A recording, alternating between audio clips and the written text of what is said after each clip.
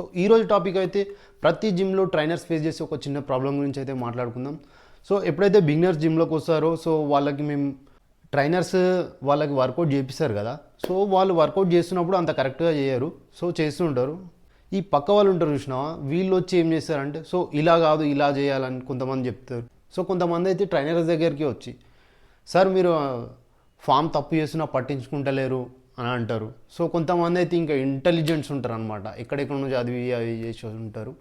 So sir ఆయన 90 degrees కాదు 80 డిగ్రీసే కొడుతుండు, correct చేయట్లేడు అని అయితే చెప్తుంటారు. సో కొంతమంది అయితే ఇంకా కొంతమంది అనమాట వీళ్ళు బ్యాక్గ్రౌండ్లో ఒక నెగిటివ్ టాక్ అయితే నడిపిస్తారు.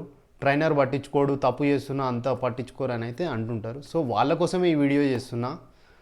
సో చూడండి, మనకు ఎప్పుడైతే ఒక చిన్న పిల్లవాడు ఉన్నాడు అనుకోండి, ఫస్ట్ టైం అతనికి మనం ఆల్ఫాబెట్స్ కానీ ఏదైనా నేర్పిస్తున్నాం అనుకో, ఫస్ట్ ఏ అని రాయమన్నాం అనుకో, సో ఆ వ్యక్తి రాస్తున్నప్పుడు మన మైండ్లో ఏముంటుంది, సో ఎలా అయినా రాయని, సో ఏ అని రాస్తే చాలు అన్నట్టు ఉంటుంది. కొన్ని రైటింగ్ ఇలానే రాయి, ఇంత పర్ఫెక్షన్లో రాయి అని అయితే మనం చెప్పం, ఫస్ట్ ఏ నేర్పిస్తాం. సో యాజ్ ఎ ట్రైనర్గా మాకు కూడా అలానే ఉంటుంది. సో ఎప్పుడైతే బిగినర్ వర్కౌట్ చేస్తాడో సో తను ఎలా అయినా సరే ఆ యాక్టివిటీ చేయాలని ఉంటుంది కానీ సో ఇలా ఈ పర్ఫెక్షన్లోనే చేయాలి ఇలానే చేయాలని అయితే ఉండదు. సో ఎట్లా అయితే మనం ఫస్ట్ ఆల్ఫాబెట్స్ నేర్చుకున్న తర్వాత రాస్తూ రాస్తూ రైటింగ్ ఆటోమేటిక్గా వచ్చేస్తుందో సో ఫామ్ కూడా అంతే. మనం యాక్టివిటీ చేస్తూ చేస్తూ ఉంటే మైండ్ మజిల్ కనెక్షన్ ఎలా అయితే ఇంప్రూవ్ అవుతుందో సో ఫామ్లో పర్ఫెక్షన్ అనేది అలా ఇంప్రూవ్ అవుతుంటుంది. సో బిగినింగ్లోనే మనకి ఫామ్ అనేది 100% కరెక్ట్ రాదు. సో ఎలా అయితే హ్యూమన్ ఫేస్లో 2 కళ్ళు, ముక్కు, నోరు, చెవులు ఉండి కూడా సో అందరం డిఫరెంట్ పోలికలతో ఉంటాం. సో అలాగే హ్యూమన్ బాడీలో కూడా జాయింట్స్ అన్నీ కూడా పర్సన్ టు పర్సన్ కొంచెం డిఫరెంట్ ఉంటాయి అన్నమాట.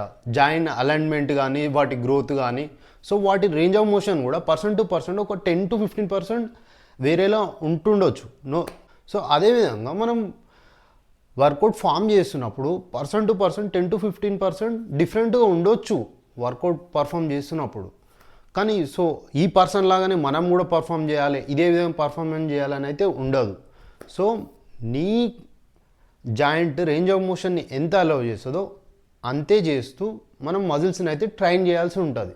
సో దీన్ని బట్టి మీరు అర్థం చేసుకోవాల్సింది ఏంటంటే సో ఎట్ ద బిగినింగ్లోనే మనకు ఫామ్ వస్తలేదని సో అనవసరమైన వాటి మీద ఎక్కువ ఫోకస్ చేయకండి.